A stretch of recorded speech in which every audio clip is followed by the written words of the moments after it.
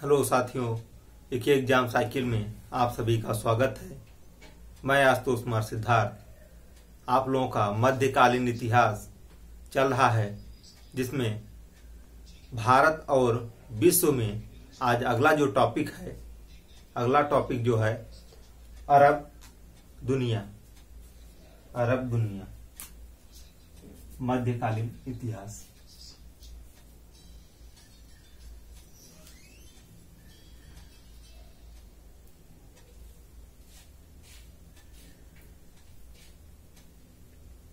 मध्यकालीन इतिहास,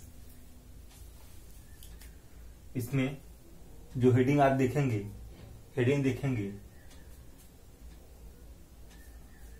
अरब दुनिया।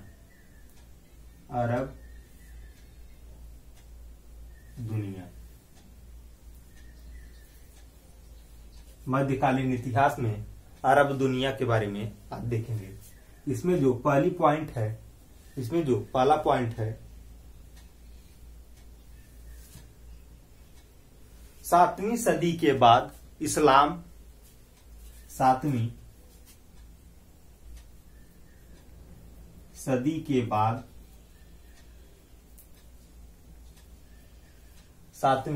के बाद इस्लाम के उदय ने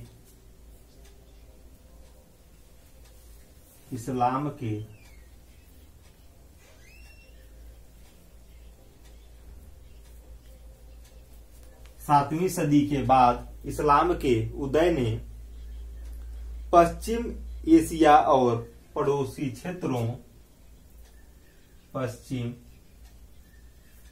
एशिया और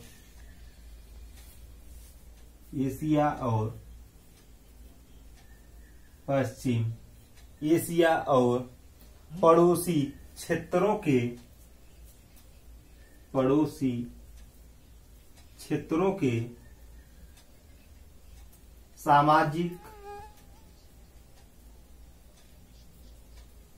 के सामाजिक पश्चिम एशिया और पड़ोसी क्षेत्रों के सामाजिक, आर्थिक,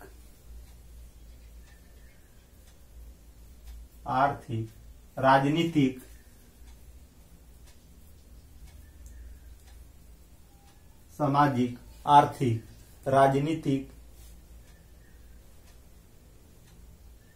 और सांस्कृतिक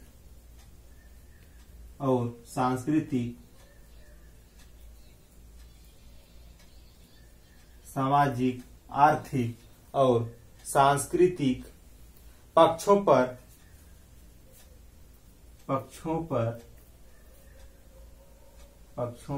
गहरा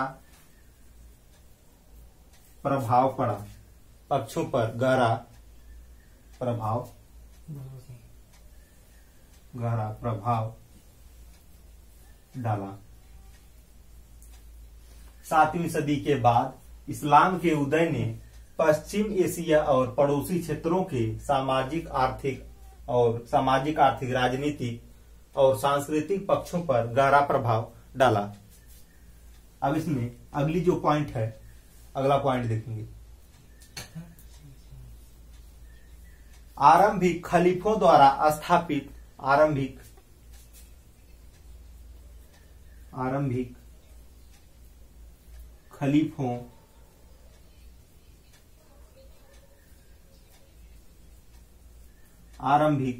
खलीफों द्वारा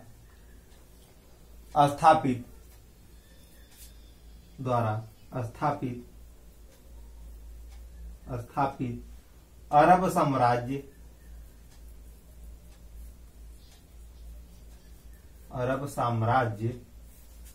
आरंभिक खलीफों द्वारा स्थापित अरब साम्राज्य में अरब के अलावा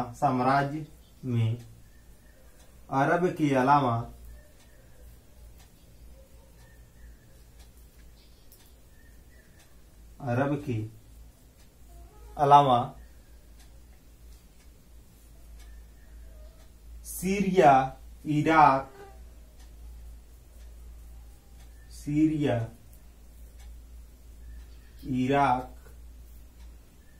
ईरान, मिस्र, सीरिया, इराक, ईरान, मिस्र और मिस्र, स्पेन और उत्तरी अफ्रीका, स्पेन और उत्तरी अफ्रीका,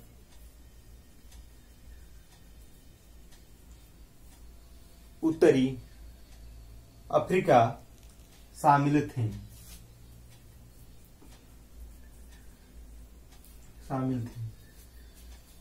यानी आरंभिक खलीफों द्वारा स्थापित अरब साम्राज्य में अरब के अलावा यानी अरब साम्राज्य में अरब देश के अलावा सीरिया, इराक, ईरान, मिस्र, स्पेन और उत्तरी अफ्रीका भी इसमें शामिल था। अब अगला पॉइंट देखेंगे।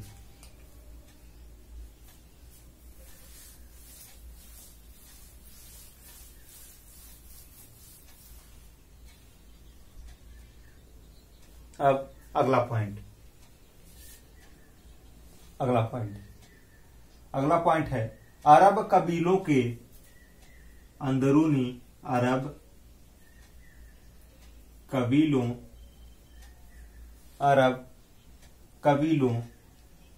के अंदरूनी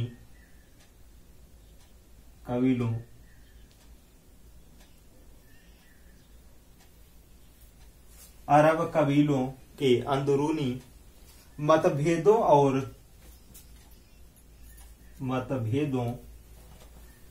और गृह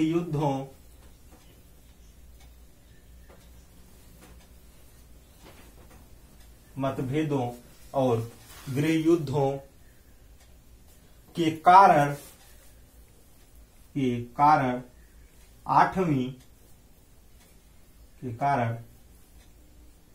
के कारण आठवीं सदी के मध्य में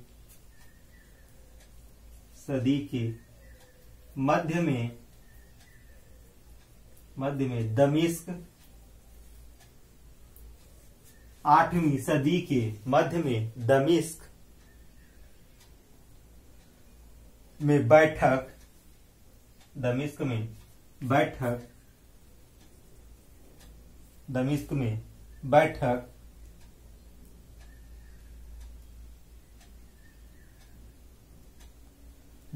में बैठा खलीफा साम्राज्य। दमिश्क में बैठा खलीफा सत्ता खो दिया।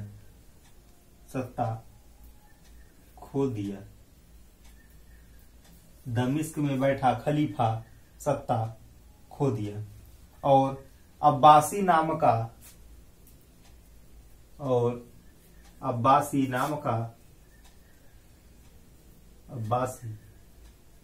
का एक नया साम्राज्य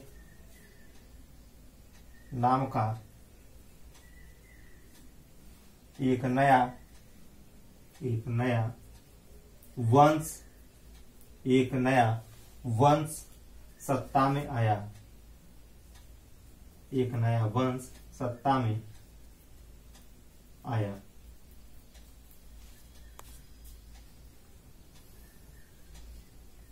अरब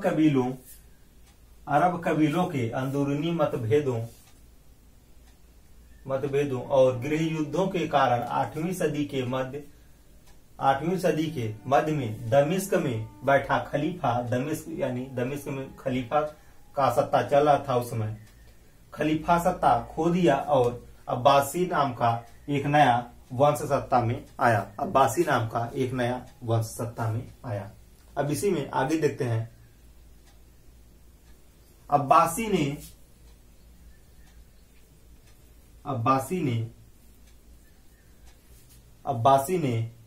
नव स्थापित नगर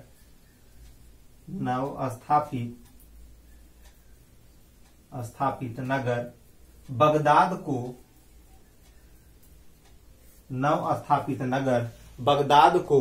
अपनी राजधानी बनाया।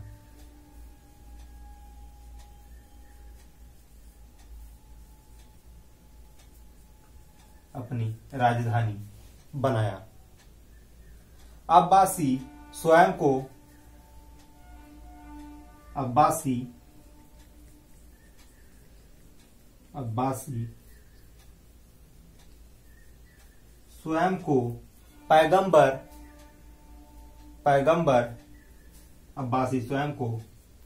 पैगंबर मोहम्मद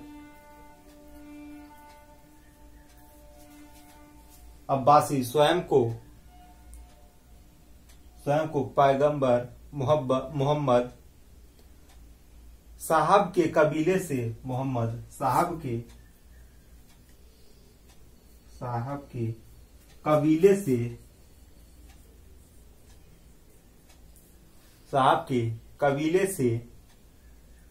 संबंधित होने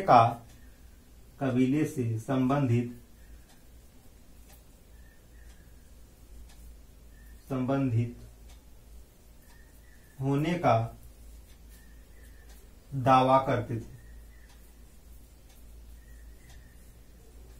थे। अब्बासी स्वयं को पैगंबर मोहम्मद साहब के कबीले से संबंधित होने का दावा करते थे। अब इसमें आगे देखते हैं।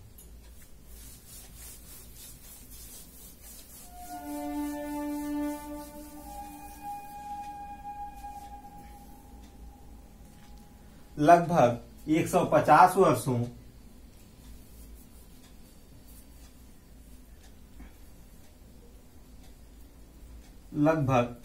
150 वर्षों तक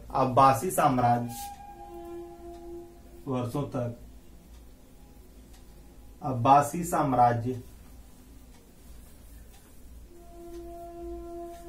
लगभग 150 वर्षों तक अब्बासी साम्राज्य दुनिया के सबसे शक्तिशाली और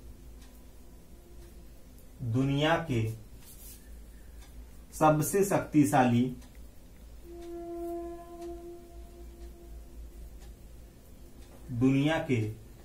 सबसे शक्तिशाली और फलते फूलते साम्राज्यों में से एक थे। शक्तिशाली, फलते फूलते सबसे शक्तिशाली फलते फूलते साम्राज्यों में से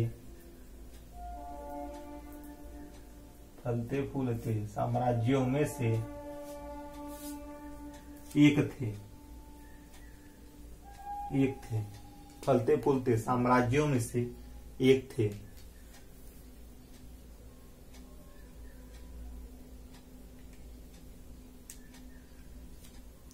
अब इसमें अगला पॉइंट देखेंगे। अगली जो पॉइंट है हमारा, अब्बासी खलीफा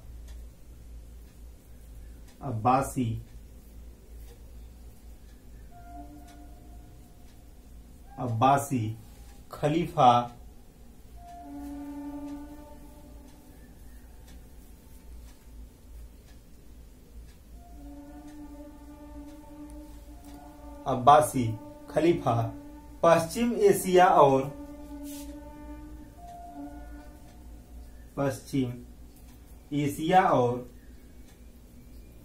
एशिया और उत्तरी अफ्रीका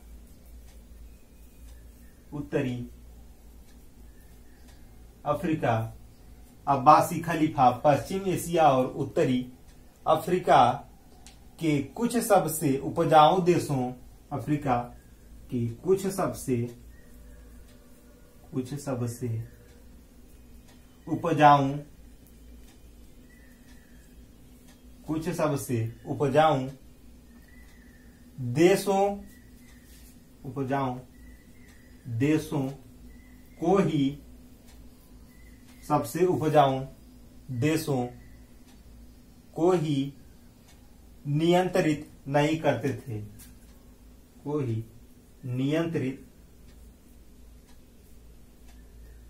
नियंत्रित नहीं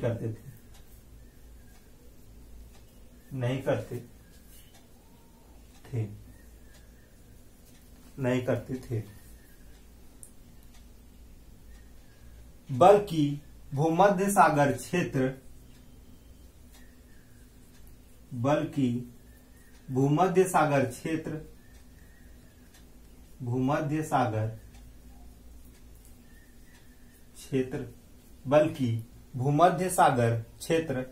को भारत से भूमध्य सागर क्षेत्र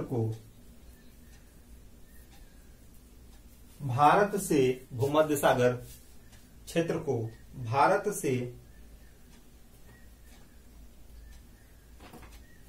जोड़ने वाले प्रमुख व्यापारिक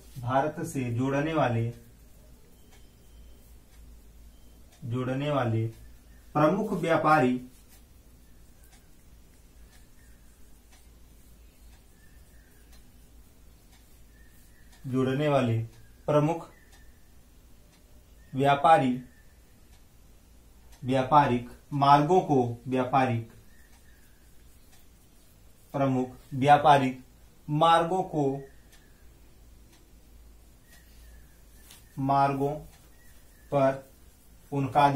मार्गों पर उनका अधिकार था।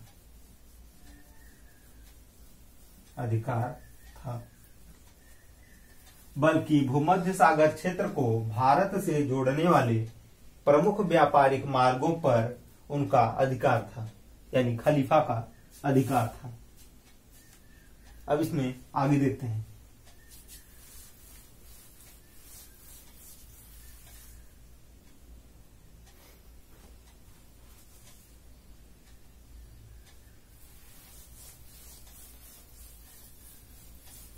अब अगली पॉइंट जो है, अरब पक्के सौदागर थे। अरब पक्के सौदागर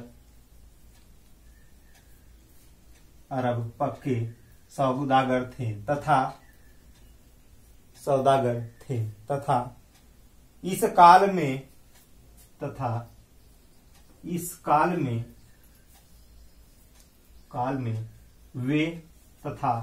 काल में वे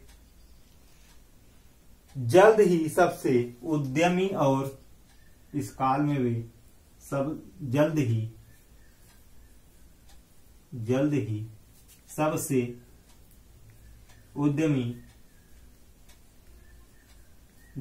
सबसे उद्यमी और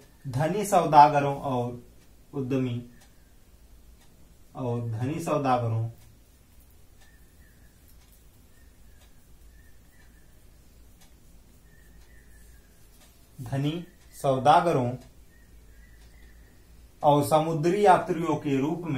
सौदागरों और समुद्री यात्रियों के रूप में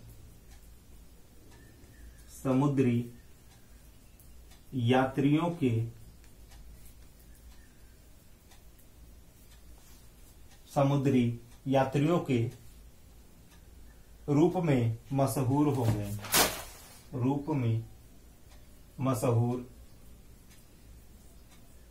हो गए।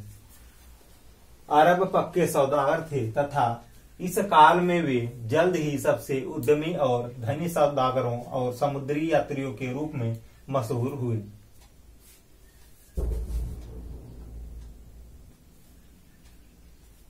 अब इसमें अगली पॉइंट देखेंगे। अगला पॉइंट है, अरबों ने सोने के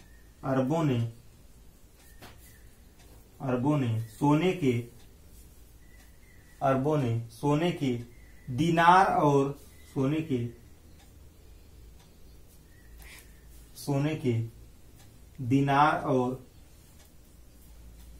और चांदी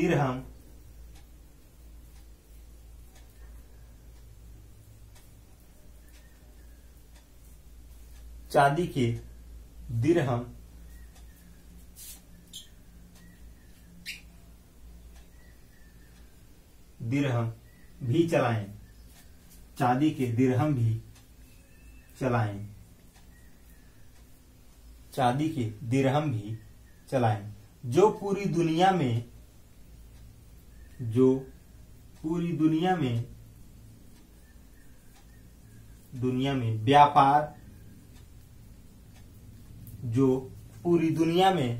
व्यापार की मुद्रा बन गई, व्यापार की मुद्रा बन गई, मुद्रा बन गई। अरबों ने सोने के दिनार और चांदी के दिरहम चलाए, जो पूरी दुनिया में व्यापार का मुद्रा बना। यानी उस समय जो सोने का दिनार था, यानी सोने का दिनार और चांदी के दिरहम, ये दोनों सिक्के चल रहे थे, जिससे व्यापारिक जो व्यापार है यानी उसको इसी मुद्रा से आगे बढ़ाया जाता था। अब इसमें अगला जो पॉइंट है, अगला देखेंगे। यह सब अफ्रीकी सोने, यह सब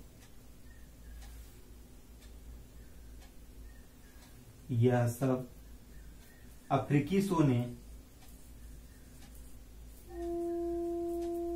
यह सब अफ्रीकी सोने तक अरबों की, अफ्रीकी सोने तक अफ्रीकी सोने तक अरबों की पहुंच के कारण, अरबों की पहुंच के कारण संभव हुआ। यह सब अफ्रीकी सोने तक अरबों की पहुंच के कारण ही संभव हुआ। अब आगे देखते हैं।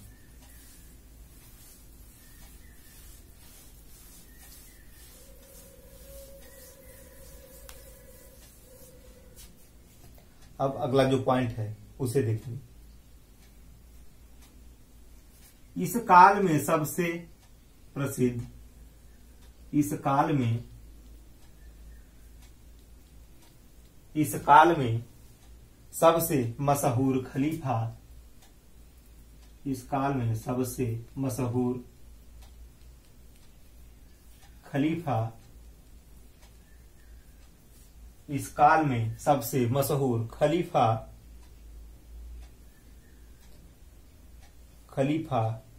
अल मानून और खलीफा अल मामून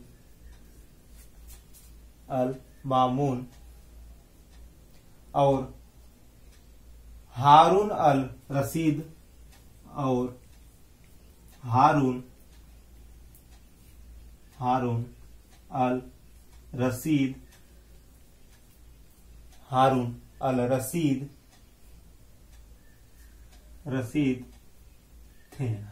अल रशीद थे। अब इसमें अगली जो पॉइंट है, प्रशासन चलाने के लिए ईसाई, प्रशासन चलाने के लिए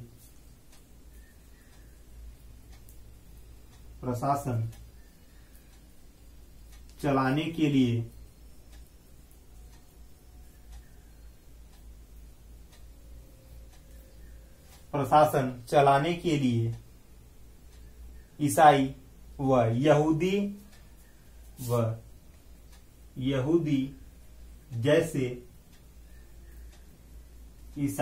यहूदी जैसे गैर मुसलमानों को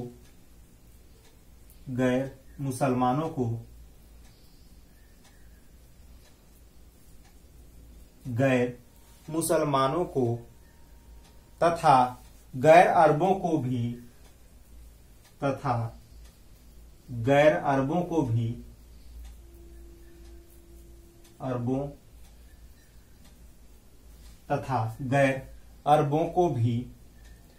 नियुक्त करने में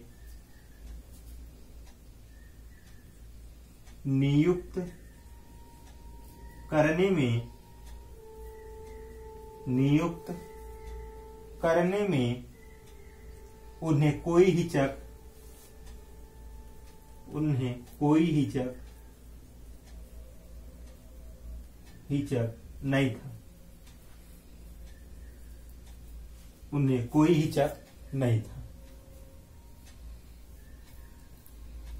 खासकर ईरानियों को, जिसमें खासकर ईरानियों को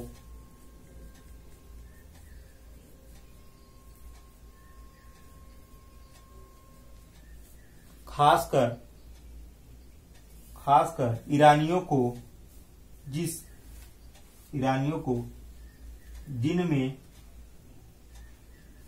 को जिनमें से अनेक फारसी ईरानियों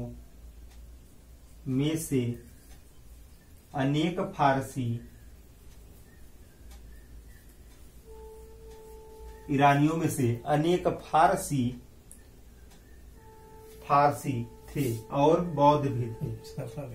फारसी थे और बौद्ध भी थे। प्रशासन चलाने के लिए ईसाई व यहूदी जैसे गैर मुसलमानों को तथा गैर अरबों को भी नियुक्त करने में उन्हें कोई हिचक नहीं था। खासकर ईरानियों जिनमें से अनेक फारसी और बौद्ध भी थे।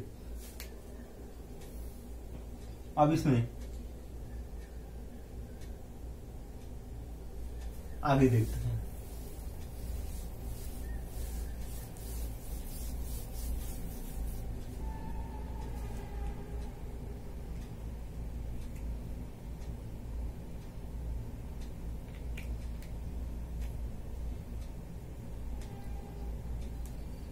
अगली पॉइंट देखेंगे। खलीफा अल मानून ने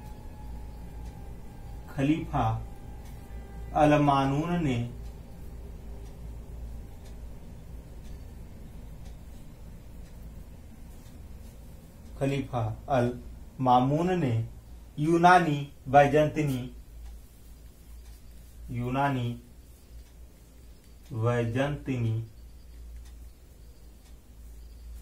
खलीफा अल मामून ने यूनानी बैजंतिनी ईरानी और विभिन्न भारतीय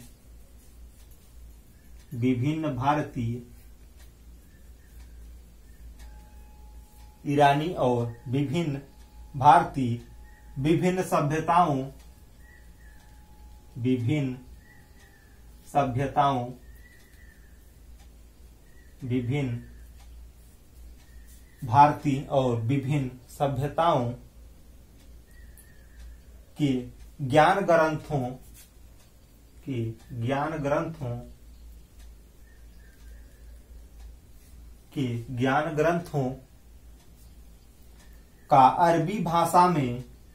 ग्रंथों का अरबी भाषा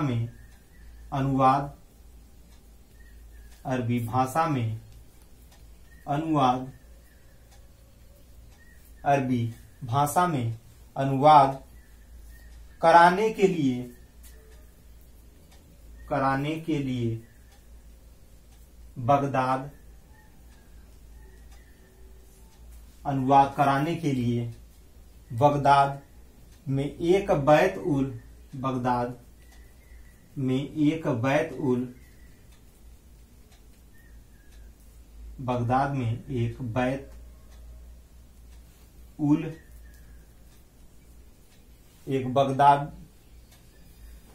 बगदाद में एक बैत उल हिकमत की स्थापना की।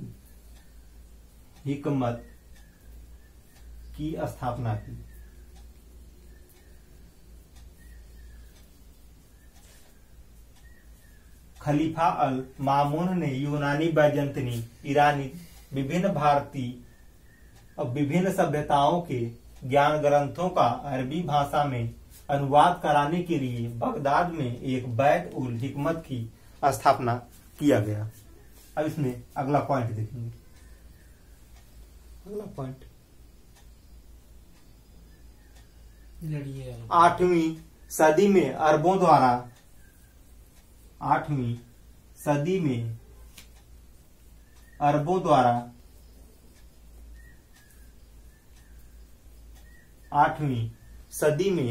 अरबों द्वारा जीते जाने के बाद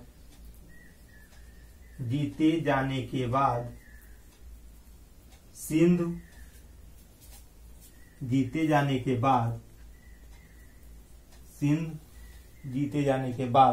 सिंध भारत और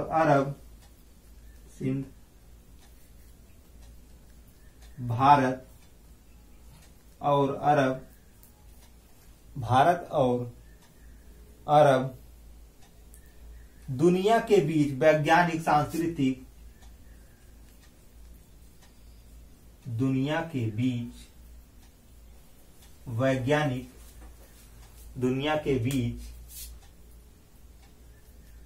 वैज्ञानिक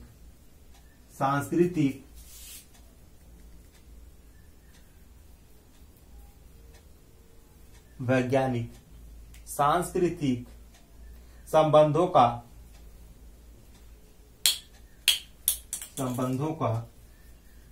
माध्यम बन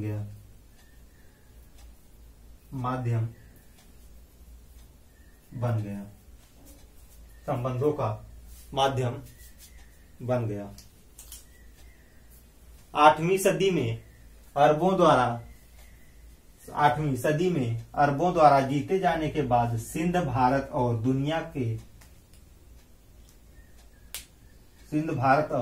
अरब दुनिया के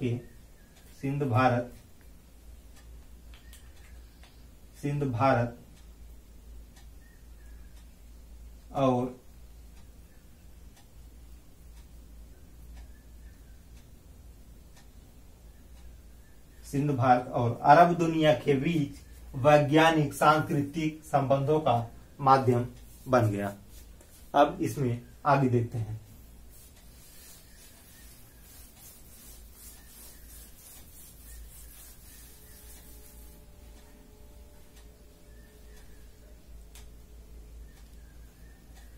दसवीं सदी के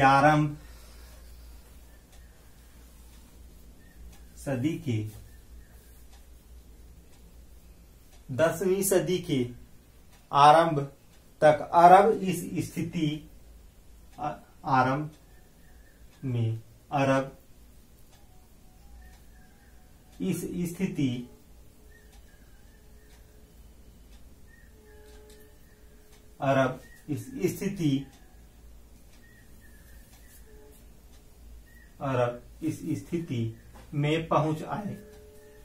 स्थिति में पहुंच आए। अरब इस स्थिति में पहुंच आए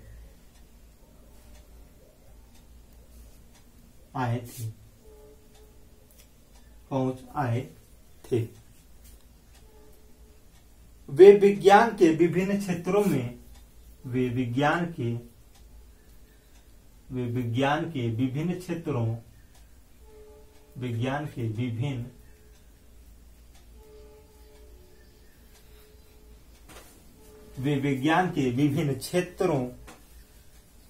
में स्वयं कोई योगदान कर सके। विभिन्न क्षेत्रों में स्वयं कोई योगदान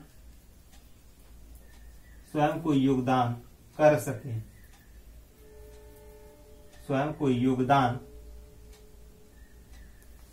सके। 10वीं सदी के आरंभ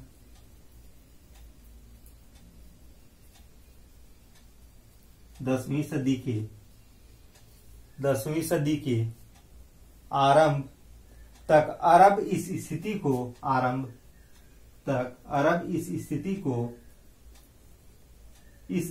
को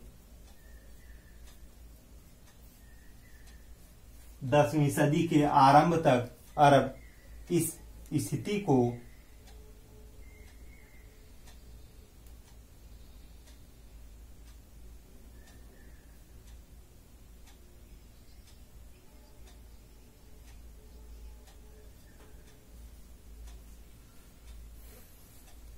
ये हो गया 10वीं सदी के आरंभ में अरब इस स्थिति में पहुंच आए थे कि वे विज्ञान के विभिन्न क्षेत्रों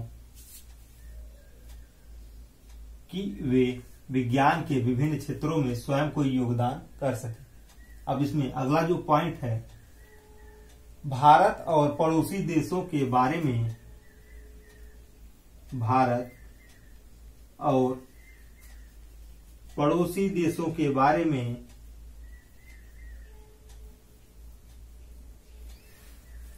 भारत और पड़ोसी देशों के बारे में अरब व्यापारी के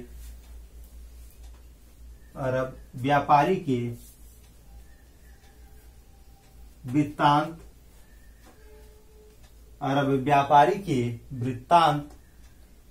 हमारे लिए जानकारी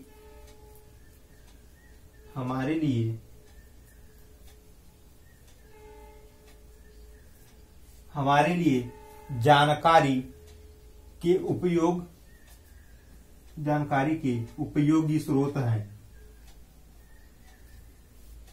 उपयोगी स्रोत हैं। भारत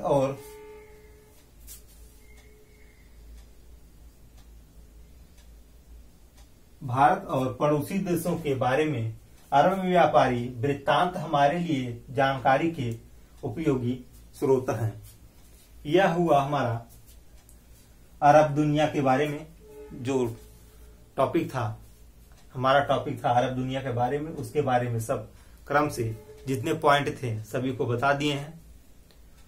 जितना ज्यादा से ज्यादा हो सकता था इसके बारे में बताने का कोशिश किए और यह हेडिंग हमारा समाप्त हुआ।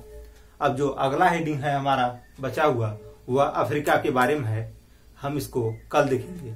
इस वीडियो को हम आज यहीं तक रोकते हैं। अगर ये वीडियो आप लोगों को हेल्पफुल लगे, पढ़ाई में मददगार साबित हो तो इस वीडियो को ज्यादा से ज्यादा शेयर करिएगा और लाइक करिएगा, कमेंट करिएगा और हमारे चैनल को ज्यादा से ज्यादा सब्सक्राइब करिएगा। जय हिंद साथी।